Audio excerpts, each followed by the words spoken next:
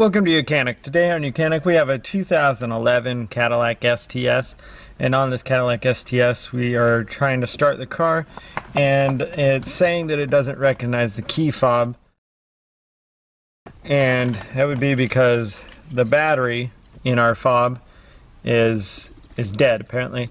We had to use the manual key to get into the vehicle, and you know that your battery is charged.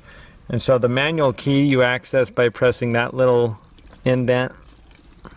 You press that indent and be able to pull the key out, and we use that to get in the car. But now that we're in the car, we have just the push button to start the vehicle, and it won't start the vehicle. So in this car we have the center console, which sits right here. So you're going to pop that cover and you're going to see right here, right there is a slot, and you're going to just put your key fob in there with the buttons facing toward the front of the vehicle. And now press the brake pedal in like you normally do, and it says push the button to start the car.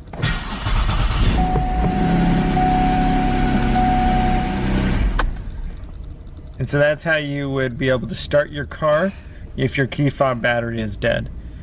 Thanks for watching YOUCANIC, where you can be the mechanic.